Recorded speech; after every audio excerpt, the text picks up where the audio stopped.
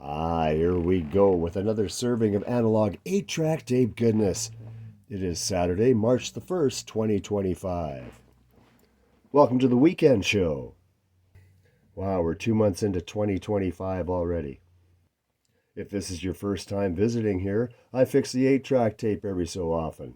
Why the 8-track tape? Because I feel that's when the best music came from, the mid-60s to the mid-80s. So I have one of my newly acquired quadraphonic tapes break at the splice. I'm going to show you how to repair that splice today.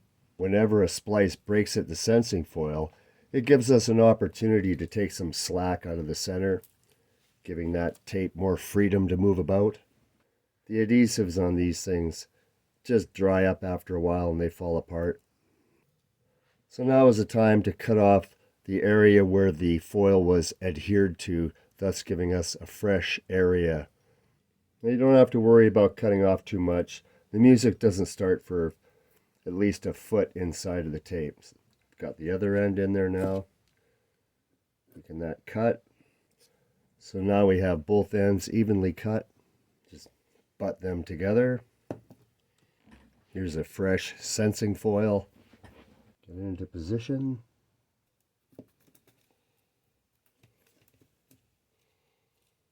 There it is, seems to be tight. Back into the cartridge. I'll snug it up by winding it a little bit. And there you have it, ready to go. I'm going to test it in the player, see if it's rolling okay.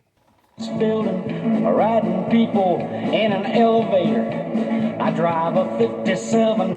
Seems to be playing just fine. Yeah, so I acquired this debut album from the B-52s. It's a Canadian release of the B-52s, originally released July 6, 1979. Pretty cool find if you like the kitschy, harmonic, new wave surf sounds of B-52s. The band was formed in Athens, Georgia in the late 70s. Made their move to New York, got noticed. This album was recorded in Nassau in the Bahamas. So yeah, love this record. Of course, Planet Claire, Rock Lobster. Let's see how the B-52s plays.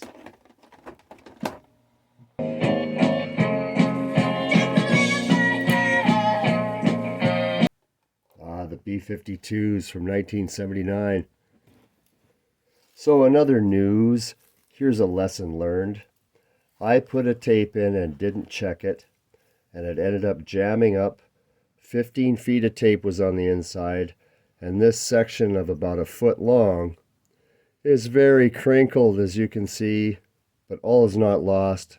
I'm going to try and iron it out. That's right, I'm going to use the Viking model iron to try and take that crease out. So I have this iron set on low heat.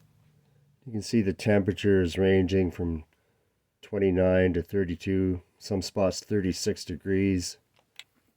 So the first thing I'll do is I'll take another piece of discarded tape and crunch it up a bit. This is just some garbage tape. Put some creases in it. So here I've created a creased up area.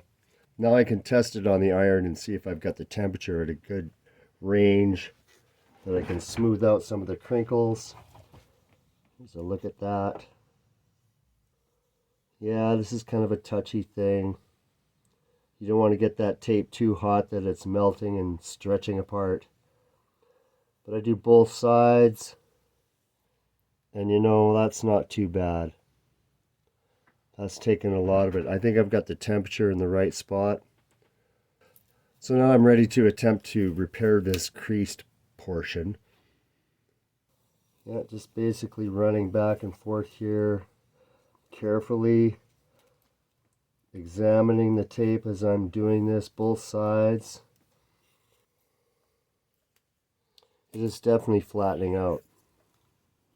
I want to preserve as much of this tape as possible. So again, just smoothing out what I can here. Here's the final result. It's going to run through the machine fine once I put it back on the reel. Now reattaching the tape where it broke at the splicing foil.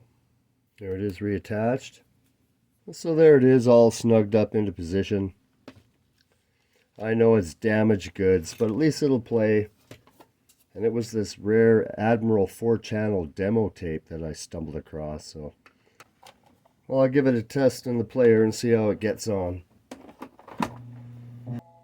I'd like to build the world a home and furnish it with love. Grow apple trees and honey bees and snow white.